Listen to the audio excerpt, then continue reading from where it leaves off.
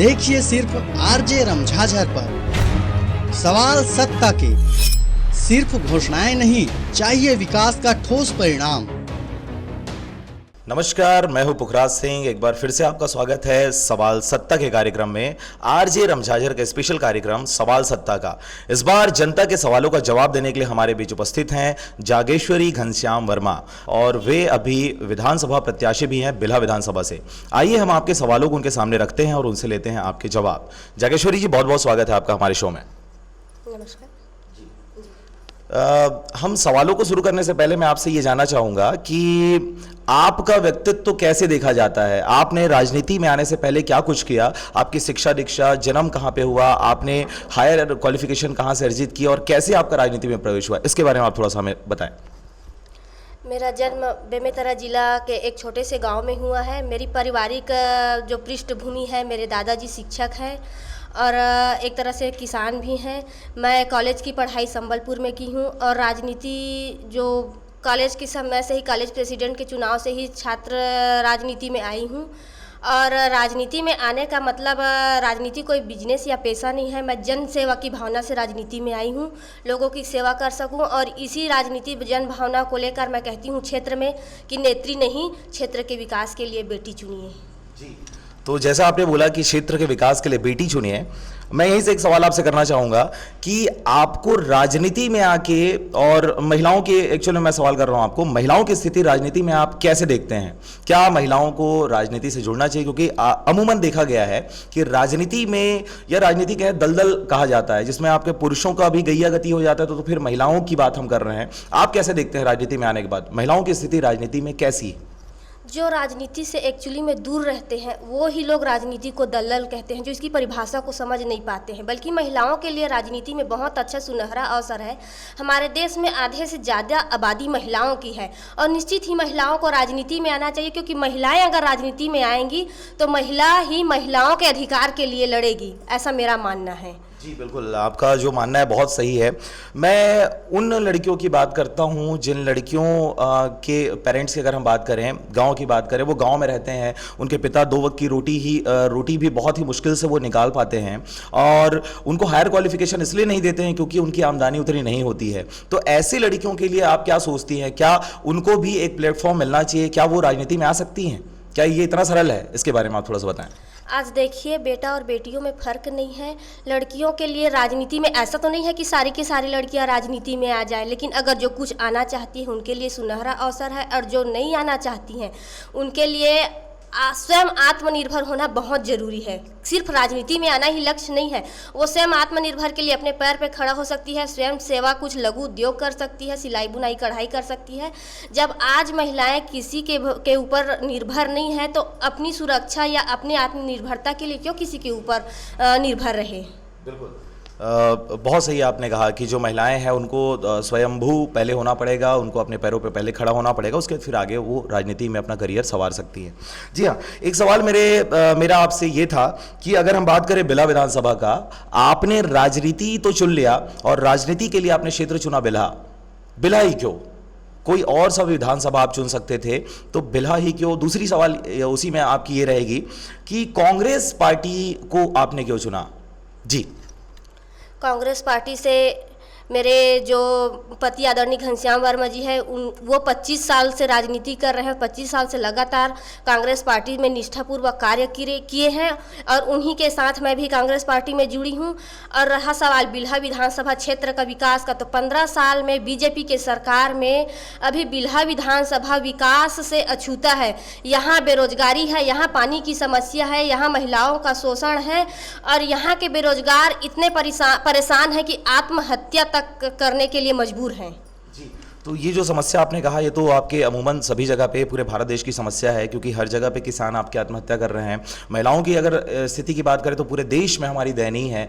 उनके एजुकेशन की बात करें, उनके शिक्षा दीक्षा की बात करें, उनके काम काज की बात करें, तो सभी में क्या है, उनकी स्थिति अभी बहुत दयनीय है। इसलिए पूरे देश में आपका क्या है, लगातार इनकी स्थिति को सुधारने के लिए सरकार से लेके आपके क्या है, घर परिवार तक, गाँव तक इनके बारे में सोचा जा रहा है। तो एक सवाल मेरा आपसे ये भी है, महिलाओं की जब हम बात करते हैं, आपने बताया कि बिला विधानसभा में अमूमन ये समस्याएं देखी जाती हैं, बिला विधानसभा में महिलाओं की क्या स्थिति है, वर्तमान सरकार ने इनके लिए क्या कुछ किया, और अगर आपकी सरकार आ जाती है तो विशेष रूप से महिलाओं के लिए आपके द्वारा क्या किया जाए, क्योंकि आप खुद एक महिला हैं तो आप इन चीज़ों को ज़्यादा समझ सकती हैं कि इनको समस्या क्या होती है और इनको दूर कैसे किया जा सकता है, इसके बारे में आप बताएं।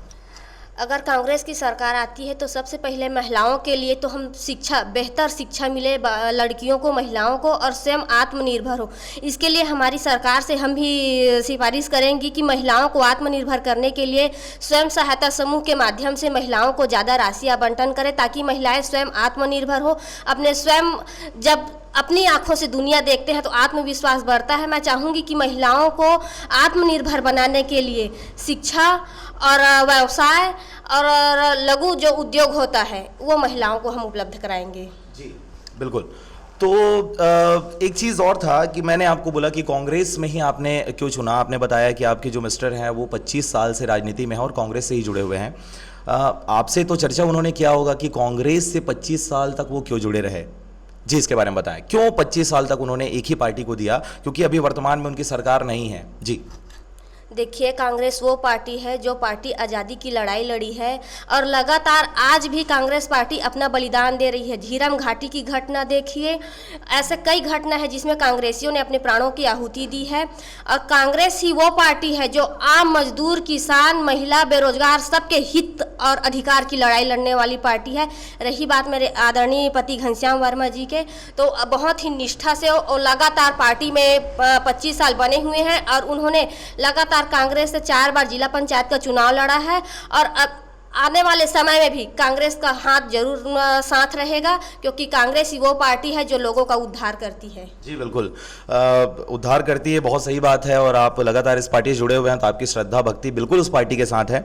मैं आपसे ये जानना चाहूँगा, वर्तमान में जो भाजपा सरकार है, चाहे हम राज्य की बात करें चाहे केंद्र की बात करें, लगातार इनके द्वारा नई नई योजनाएं लाई जा रही हैं और लगातार ये जन हितैषी मुद्दों को ये उठा रहे हैं। ये बात अलग है कि उनका मूर्त रूप अगर हम देखें तो वो मूर्त रूप में वो एकदम आपका नाकाफी सिद्ध हो रहा है। क्षेत्र की जनता ने आपको अस्वीकार कर दिया, चाहे हम राज्य की बात करें चाहे हम सेंट्रल लेवल की बात करें। आपकी सरकार गिर गई। 2014 के चुनाव में बीजेपी सरकार अचानक से उठ खड़ी हुई। इसका क्या वजह आप मानते हैं? क्या कुछ कमी रह गई कांग्रेस में जिससे उनकी छवि पे कहीं ना कहीं तो कुछ ना कुछ तो दाग लगा है? इसके बारे में आप क्या कहना चाहेंगे? सबसे पहले मैं कहना चाहूँगी कि 2014 के घोषणा पत्र में आदरणीय छत्तीसगढ़ के सीएम रमन सिंह जी ने किसानों से एक वादा किया था। कहा था कि मैं किसान के एक एक दाना को खरीदूंगा, लेकिन जैसे ही उनकी सरकार बनती है, आदरणीय रमन सिंह जी किसान के 1 एकड़ में 10 क्विंटल धान खरीदने की बात कहती है। जो एक एक दाना खरीदने वाली सरकार अचानक ऐसा क्या बात हुआ कि 1 एकड़ में 10 क्विंटल खरीदने लगी? हमारे छत्तीसगढ़ में किसान 1 एकड़ में 25 क्विंटल उत्पादन लेती है और बचा अपने उत्पादन का क्या करेंगे किसान, ये बताइए। और रही बात सरकार, कांग्रेस की सरकार है तो जुमला फेंक कर, भारतीय जनता पार्टी जुमला फेंकने में माहिर है। लोगों को ऐसे जुमला में फंसाया गया कि लोग उनके जुमले में फंस गए और उनकी सरकार बनाकर गलती कर लिए हैं और अभी तक पछता रहे हैं। आपने बोला कि बीजेपी सरकार को जनता ने चुना और चुन के उन्होंने बहुत बड़ी गलती कर दी, तो इस बार निसंदेह आप सोच रहे होंगे कि जो कांग्रेस की सरकार है उसको वापस से जनता आपको मौका देने वाली है। हम भी चाहेंगे कि बहुत जल्दी ही आपकी सरकार बने। मैं एक सवाल आपसे ये जानना चाहूँगा, वर्तमान जो विधायक हैं आपके बिल्हा क्षेत्र के, सियाराम कौशिक जी की मैं बात बोल रहा हूँ, वो आपके कांग्रेस से ही हैं। उनके कार्यकाल को आप कैसे देखती हैं? सियाराम कौशिक की बात करें, धर्मलाल कौशिक जो आपके बीजेपी से बिलोंग करते हैं, उन्होंने भी बहुत एक छत्र राज किया इस क्षेत्र पे। उसके बाद फिर उन्हीं के परिवार का एक सदस्य सियाराम कौशिक जी कांग्रेस से बिलोंग करते हुए अभी वो प्रशासन कर रहे हैं इस क्षेत्र में। इनका कार्यकाल आप कैसे देखती हैं? जी देखिए, सबका अलग अलग नज़रिया होता है देखने का। सियाराम कौशिक जी कांग्रेस से विधायक चुने, विधायक बनने के बाद वो जोगी पार्टी में चले गए, जोगी कांग्रेस में चले गए, लेकिन उन्होंने बिल्हा विधानसभा में 4 साल में किसी व्यक्ति के लिए या किसी समुदाय के लिए या किसी जाति वर्ग के लिए अभी तक कुछ कार्य नहीं किया है। इसलिए जनता इस बार उनको नकार रही है। रही बात धर्मलाल कौशिक जी का, तो धर्मलाल कौशिक जी का छवि खराब हो चुका है। पब्लिक उनके नाम से चिढ़ती है, उनको देखने से चिढ़ती है, क्योंकि पब्लिकों में एक सोच है कि क्या सिर्फ सियाराम कौशिक और धर्मलाल कौशिक ही इस क्षेत्र के विधायक है, अन्य लोगों को मौका क्यों नहीं मिलनी चाहिए? जी बिल्कुल। तो कहीं ये बात आप इसलिए तो नहीं कह रही हैं क्योंकि जब वो कांग्रेस में थे, कांग्रेस से उनको विधायक चुना गया और अभी वर्तमान में वो जोगी जनता कांग्रेस के साथ वो जुड़ चुके हैं, तो चूंकि उन्होंने पार्टी चेंज कर लिया इसलिए उन्होंने काम नहीं किया, क्या ये आपको लगता है? देखिए, जोगी जी की पार्टी नई नई पार्टी है और आदरणीय सियाराम कौशिक जी ने सिर्फ जोगी पार्टी को मजबूत करने में अपना पूरा वक्त जाया किया है, न कि क्षेत्र के लोगों के लिए उसने ऐसा कोई उल्लेखनीय कार्य नहीं किया है जिसे लोग उनको पसंद करें। जी बिल्कुल। एक चीज़ और था मेरे आपसे ये जानना था कि अगर हम बात करें टिकटों को लेके, अभी आपके कांग्रेस में पूरा ऊपर से लेकर नीचे तक ये घमासान मचा हुआ है कि किसी किस क्षेत्र का आपका विधायक के लिए टिकट दिया जाएगा। बिला विधानसभा की अगर हम बात करें तो क्या लगता है आपको इस बार किसे टिकट दिया जाएगा? थोड़ा कॉम्प्लिकेटेड क्वेश्चन है, आप तो अपने आप को ही बोलेंगे, लेकिन अगर आप अपने आप को छोड़ दें तो दूसरा किसको लगता है कि जिसको टिकट दिया जाए? मेरा सवाल ये है। देखिए, हमारे कांग्रेस पार्टी में ऑप्शन है। बीजेपी में तो शुरू से आखिरी तक सिर्फ एक ही कैंडिडेट रहता है, दूसरे को बोलने की भी आज़ादी नहीं है। लेकिन अगर लोकतंत्र की सही मायने अगर किसी ने समझा तो कांग्रेस पार्टी है, क्योंकि लोकतंत्र में टिकट मांगने का अधिकार सबको होता है। हमारे पार्टी में ऑप्शन रहता है, इस कारण चाहे 10 कैंडिडेट हो या 20 कैंडिडेट हो, भाई टिकट मांगने का अधिकार है। हाईकमान तय करेगी कि टिकट किसको देना है। रही बात टिकट मिलने का, जो व्यक्ति गांव के अंतिम छोर के व्यक्ति तक जुड़ा हुआ है, उनके विकास की बात करता हो, उनके अधिकार की बात करता हो और जो लोकप्रिय हो, ऐसे व्यक्ति को टिकट मिलना चाहिए। जी बिल्कुल। तो अगर आपके पार्टी से किसी और को अगर टिकट दे दिया जाता है, आपको टिकट अगर नहीं मिलता है तो आप इस चीज़ को कैसे देखेंगी? जी निश्चित ही हम कांग्रेस पार्टी के निष्ठावान कार्यकर्ता हैं और प्रत्याशी हैं। अगर हमको टिकट नहीं मिलती है, चाहे जिस किसी को भी मिलेगा, हम निष्ठापूर्वक उनको जिताने का काम करेंगे और निश्चित ही छत्तीसगढ़ में कांग्रेस का सरकार बने, ऐसी हमारी कोशिश रहेगी। कोशिश नहीं, हमारा संकल्प है। जी बिल्कुल, आपका संकल्प है इस क्षेत्र में चुन के आना, एक विधायक के रूप में आना। आपने इसके लिए प्रचार प्रसार भी बहुत काफ़ी ज़ोर शोर से आपने किया है। आपने होर्डिंग लगवाया, बैनर लगवाया, पोस्टर लगवाए, लगातार आप सोशल मीडिया पे भी एक्टिव रहते हैं। मैं आपसे ये जानना चाहूँगा, जब आप क्षेत्र में घूमते हैं, यहाँ के लोगों से जब आप मिलते हैं, यहाँ के गाँव वालों से आप मिलते हैं, आपको क्या क्या समस्याएँ नज़र आती हैं? अमूमन अगर हम देखें बिल्हा विधानसभा में आपको सबसे बड़ी अगर समस्या कोई दिखती है तो उसके बारे में आप बताएं, क्या है सबसे बड़ी समस्या और उसको दूर कैसे किया जा सकता है? जी देखिए, बीजेपी की सरकार ढोल बजा बजा के अपने विकास के जो पुलिंदा बांधते हैं ना, वो सारे खोखले हैं। अभी गर्मी का सीजन था, लोग एक एक बूंद पानी के लिए यहाँ त्राही त्राही हो रहे थे। साथ ही कहते हैं कि श्रम विभाग में 75 प्रकार की योजनाएं हैं। आदरणीय धर्मलाल कौशिक जी कहते हैं कि 75 प्रकार की योजनाएं हैं।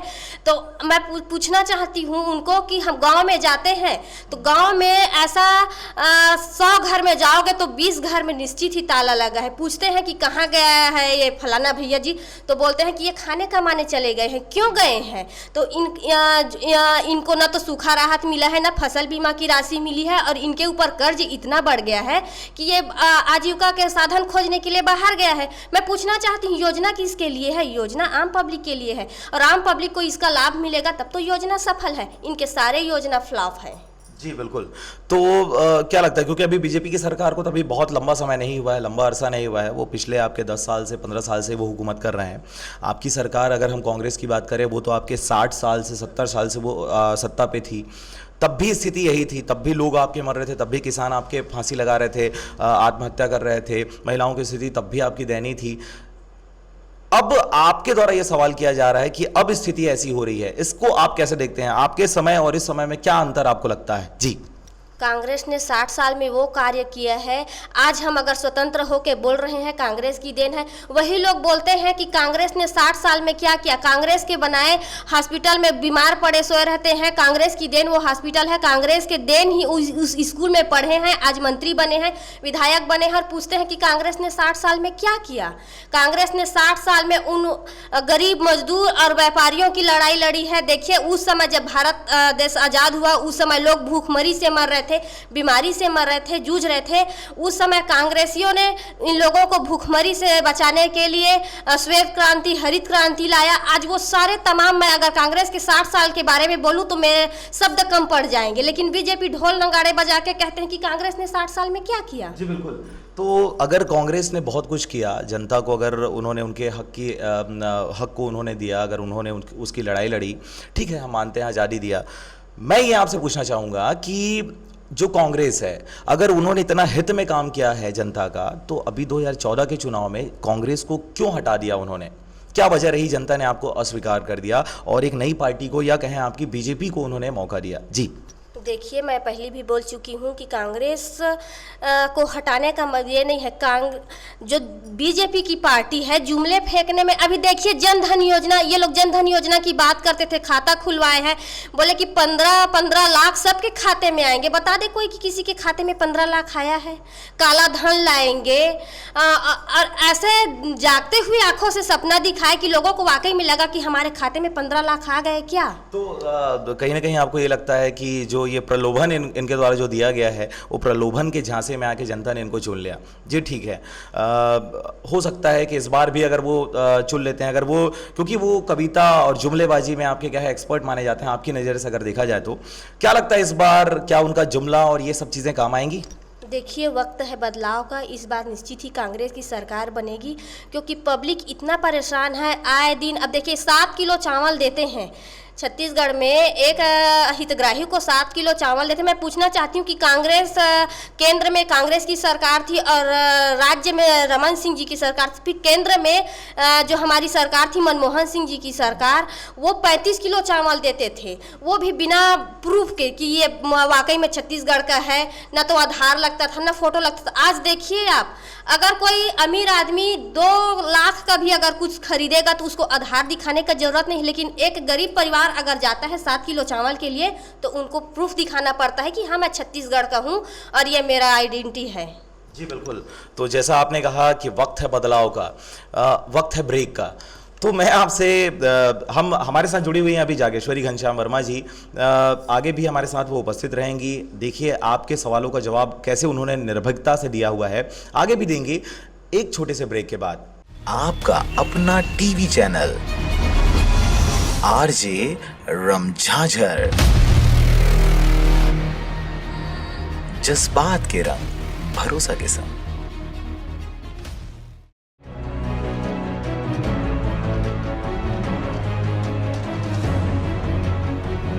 देखिए सिर्फ आरजे रमझाझर पर सवाल सत्ता के, सिर्फ घोषणाएं नहीं, चाहिए विकास का ठोस परिणाम।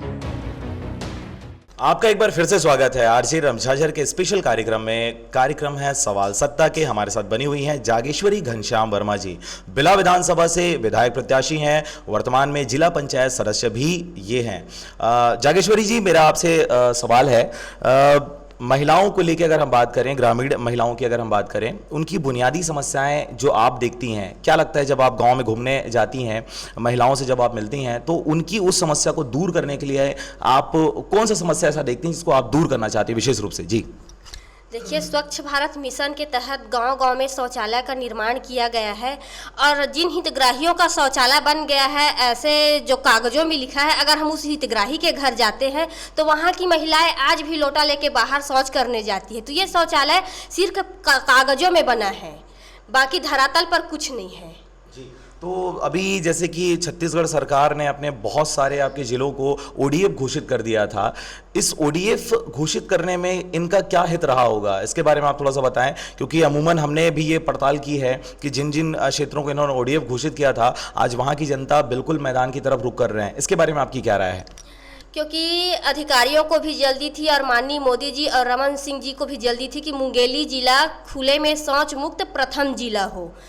मैं एक ऐसे गांव के बारे में बताना चाहती हूं जहां 40 घर है, ग्राम चिरौटी जो मेरे जिला पंचायत क्षेत्र में आता है।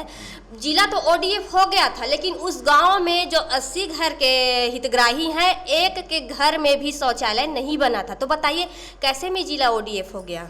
जी, तो क्या इस प्रकार की समस्याओं को लेके वो आपके पास नहीं आते? क्या जनता जो है, अगर उनका सरपंच, उनका सचिव अगर काम नहीं कर रहा, उनका शौचालय नहीं बना, उनका आवास अगर नहीं बना, तो ऐसी समस्याओं को लेके क्या वो आपके पास आते हैं? और अगर आते हैं तो आप उनको दूर करते हैं, तो कैसे दूर करते हैं? जी देखिए, हमारे पास हमारे क्षेत्र के हितग्राही आते हैं, उन्होंने अपने स्वयं के लागत से शौचालय बनवाया है। अभी 3 साल हो गया है उनको, उनके शौचालय का जो पैसा है उनको अभी तक नहीं मिला है। और जो हमारे पास आते हैं तो हम अधिकारियों के पास जाके उनकी समस्या रखते हैं, कुछ हद तक उनकी समस्याओं का हम समाधान करने में बिल्कुल सफल होते हैं। जी बिल्कुल। ये तो थी महिलाओं को लेके। मैं आपसे जानना चाहूँगा जो आज की युवा जनरेशन है, जो पढ़ी लिखी जो बेरोजगारी है, वो पढ़ लिख तो गए हैं, वो डिग्री भी उनके पास है, उच्चस्थ हायर क्वालिफिकेशन की डिग्री उनके पास है, वो डिग्री पाने के बावजूद भी आज वो बेरोजगारी की मार झेल रहे हैं। इस बेरोजगारी को दूर करने के लिए आपके द्वारा क्या उपाय सुझाए जा सकते हैं? अगर आप विधानसभा अभी फिलहाल प्रत्याशी हैं, विधायक जब आप बन जाएंगी तो इस बेरोजगारी को दूर करने के लिए आपने क्या कुछ सोचा है? जी, हमारे छत्तीसगढ़ में लगभग 25 लाख पढ़े लिखे पंजीकृत युवा बेरोजगार है। मैं पूछना चाहती हूं आदरणीय रमन सिंह जी से कि आखिर इन बेरोजगारों की बेरोजगारी को दूर करने का प्रयास क्यों नहीं किया जा रहा है? मुख्यमंत्री कौशल उन्नयन विकास के नाम पर सिर्फ बेरोजगार युवाओं को ठगा जा रहा है। बिल्हा विधानसभा में इतने इंडस्ट्रियल एरिया है, क्या हमारे जो पढ़े लिखे बेरोजगार हैं उनको वहाँ रोजगार के अवसर क्यों उपलब्ध नहीं हो रहा है? आदरणीय रमन सिंह जी बेरोजगारों के लिए ऐसा कोई रोजगार क्रिएट नहीं कर पा रहे हैं जिससे बेरोजगारों को लाभ हो।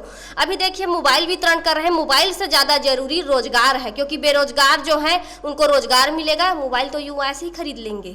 तो इन चीज़ों का आपके द्वारा क्या विरोध किया जाता है क्या कि भाई ये जो योजना लेके आ रहे हैं ये लोग, संचार क्रांति योजना हो, मोबाइल का आपने जिक्र किया, आपने बेरोजगारों का जिक्र किया, तो जब आपको पता है कि ये चीज़ें सिर्फ प्रलोभन मात्र है तो इन चीज़ों को लेके आप क्या सामने आते हैं?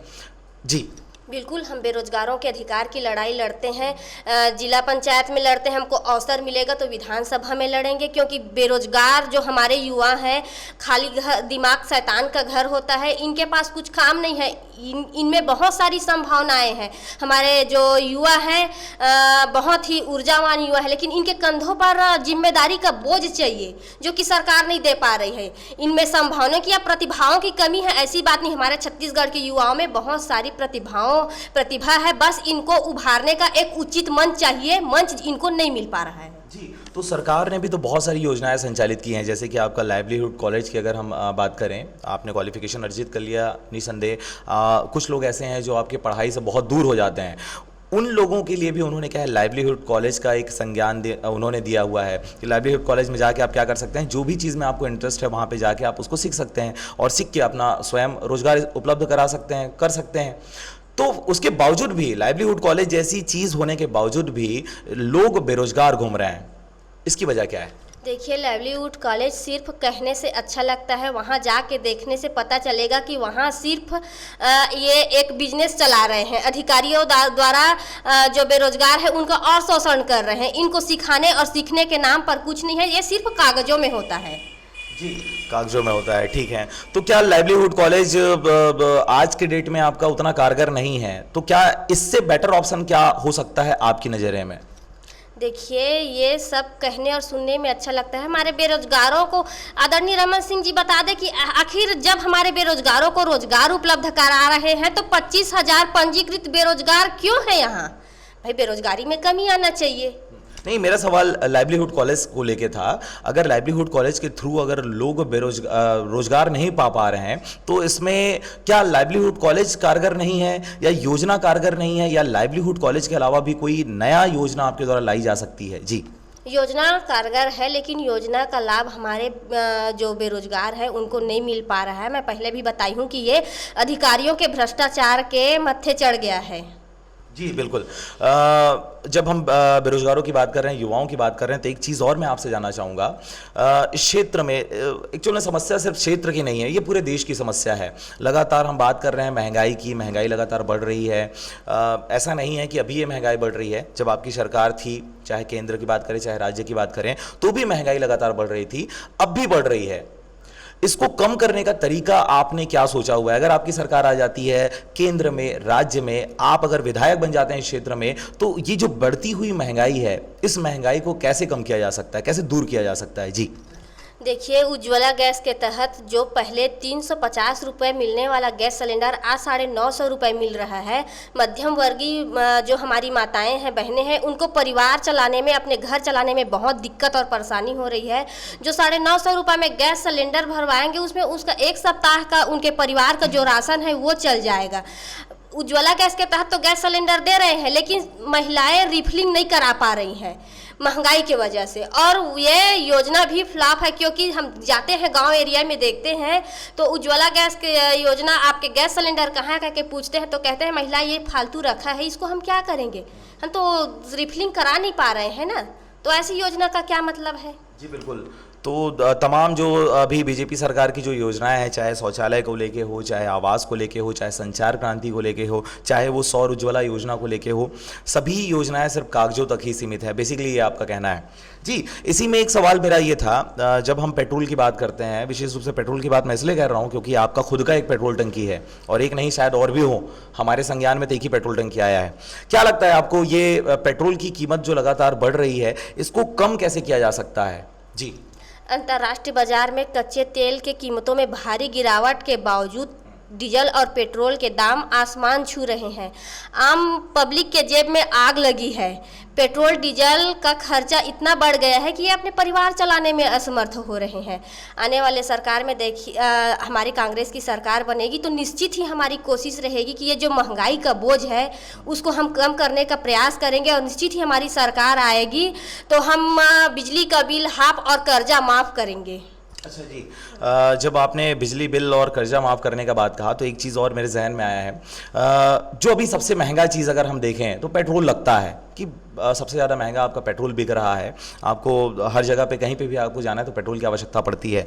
जैसे कि अमूमन बीजेपी सरकार की बात करें या अन्य सरकार की बात करें, जो दल हैं आपके पार्टियां, इनके द्वारा क्षेत्र के लोगों को प्रलोभन दिया जा रहा है, नाना प्रकार से प्रलोभन दिया जा रहा है। क्या आपके द्वारा किसी प्रकार का इस टाइप की चीज़ें देने की बात करी जा रही हैं, जैसे आपने बिजली बिल हाफ करने की बात कही? इसके अलावा मैं पेट्रोल की बात कर रहा हूँ, क्या आप पेट्रोल में कहीं कंसेशन देने वाली हैं अगर विधायक बन गई तो? निश्चित ही हम सरकार से अपील करेंगे, हमारी सरकार बनती है तो। नहीं, सरकार तो सरकार हो गई, आप अपने तरफ से क्या करने वाले हैं? क्या पेट्रोल आपको डिस्काउंट में देंगे, यहाँ के लोगों को मिलेगा? जी, अरे भाई, जो बाजार की कीमत है वही तो देंगे ना, ऐसा तो नहीं है कि हम सिर्फ अपने पेट्रोल पंप में ही कम कर दें। जी जी बिल्कुल, आप अपने पेट पे लात मार के नहीं देने वाली। ठीक, बहुत बढ़िया। तो हमारे साथ आप बने रहे। आरजे रमझाझर का कार्यक्रम है, सवाल सत्ता का चल रहा है। जागेश्वरी घनश्याम वर्मा हमारे साथ हैं। जाते जाते आपसे एक सवाल मैम, आप अपने क्षेत्र के जनता से क्या कुछ कहना चाहेंगी? जी देखिए, मैं अपने क्षेत्र की जनता से कहना चाहूँगी कि मैं राजनीति करने नहीं, राजनीति बदलने आई हूँ। और मैं पहले भी कह चुकी हूँ कि क्षेत्र के लिए नेत्री नहीं बेटी चुनिए। मैं अपने क्षेत्र के पब्लिक के लिए, अपनी जनता के लिए मैं उनके अधिकार की लड़ाई लड़ूंगी, चाहे मुझे सड़क की लड़ाई क्यों न लड़ना पड़े।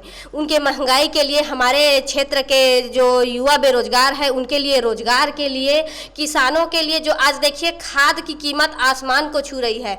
कृषि में 4 गुना लागत लगता है और किसानों को उसका आय का 1 गुना भी नहीं मिल पाता है। किसान आत्महत्या की ओर बढ़ रहा है। मैं कहना चाहूँगी कि मेरे क्षेत्र के जो किसान भाई हैं उनका बिजली का बिल माफ़ और कर्जा भी माफ़ी होगी। साथ ही साथ हम वो सारी योजनाएं जिससे किसान उन्नत हो सके। सरकार जो कहती है कि कृषि के हम 2 गुना लाभ दे रहे हैं किसानों को, कहने से नहीं होता है, वो हम करके दिखाएंगे। जी बिल्कुल। तो एक सवाल और मेरा आ गया अभी। देखिए, जैसा आप बोल रहे हैं कि हमने क्या है माफ़ी कर दी है, हम बिजली बिल माफ़ कर देंगे, ये माफ़ कर देंगे, वो माफ़ कर देंगे। एक चीज़ मैं आपसे और जानना चाहूँगा, क्योंकि आप बिल्हा विधानसभा से प्रत्याशी हैं। बिल्हा विधानसभा अमूमन देखा गया है ये व्यावसायिक है, इंडस्ट्रियल एरिया है। यहाँ पे आपके 3-3, 4-4 आपके इंडस्ट्रियल एरिया है अमूमन। इनके डेवलपमेंट को लेकर आप क्या सोच रही हैं? प्लस इनके यहाँ पे होने से यहाँ के क्षेत्रीय रहवासियों को किन समस्याओं से गुजरना पड़ रहा है? जी, बिल्हा क्षेत्र इंडस्ट्रियल होने के कारण यहाँ वायु प्रदूषण बहुत ज़्यादा है। यहाँ एक उद्यान की ज़रूरत है जहाँ हरे भरे पेड़ पौधे होंगे, वातावरण स्वच्छ रहेगा और हमारे क्षेत्र के प्रजा, हमारे जो जनता है उनको भी स्वास्थ्य लाभ मिलेगा। यहाँ एक उद्यान की ज़रूरत है और तीसरा बहुत बड़ा एरिया है, यहाँ एक महाविद्यालय की आवश्यकता है। क्योंकि अगर हमारी सरकार बनती है तो बिल्कुल हम ये सुविधा उपलब्ध कराएंगे। जी, तो यहाँ की जो जनता है अमूमन ये देखा गया है, क्योंकि यहाँ पे आपके गिट्टी वगैरह में उन लोग बारूद वगैरह लगा के वो लोग विस्फोट करते रहते हैं। मैं मोहभट्टा क्षेत्र की बात कर रहा हूँ जो आपके क्षेत्र के अंतर्गत आता है। यहाँ के लोगों की बहुत शिकायतें हमारे पास आई हैं। अभी हमने एक खबर भी बनाया है, अगर आप देखे होंगे तो उसमें उनके घरों में दरारें पड़ रही हैं, दीवार आपके क्रैक हो रहे हैं, उनके जो पानी है पीने का वो पानी आपका दूषित आ रहा है, प्रदूषित आ रहा है। इन सब चीज़ों को लेके वो आपके क्षेत्रीय विधायक के पास भी गए, तरह तरह प्रकार से उन्होंने ज्ञापन भी सौंपा कलेक्टर को, एसपी को, लेकिन आज तक उनके ऊपर कार्रवाई नहीं की गई। क्या ये सारी चीज़ें आपके जहन में हैं? आपने इनके लिए क्या कुछ किया? जी, मैं निश्चित ही इस क्षेत्र की विधायक बनूंगी तो अपने क्षेत्र की लोगों के अधिकार की लड़ाई लड़ूंगी और जो ये सारे मामला आए हैं उन पर उनको संज्ञान में लेते हुए उनके ऊपर जो दोषी अधिकारी हैं या जो विभाग इसके दोषी हैं उनके ऊपर कार्यवाही करूंगी। जी बिल्कुल। तो ये था कार्यक्रम सवाल सत्ता का। हमारे साथ बनी हुई थी जागेश्वरी घनश्याम वर्मा, जिन्होंने आपके सवालों का बेबाक तरीके से जवाब दिया। और निसंदेह मैम, हम आपसे यही अपेक्षा करेंगे कि अगर आपको विधायक ये क्षेत्र के लोग अगर बना दिए तो आपने जो बातें कही हैं उनको आप फुलफिल करेंगी और यहाँ को एक अच्छा विधायक मिलेगा। इसी सवाल के साथ मैं लेता हूँ आपसे विदा। आप बने रहें आरजे रमझाझर के साथ और देखते रहें सवाल सत्ता के। मैं हूँ पुखराज सिंह, नमस्कार। आपका अपना टीवी चैनल आरजे रमझाझर, जज्बात के रंग, भरोसा के संग।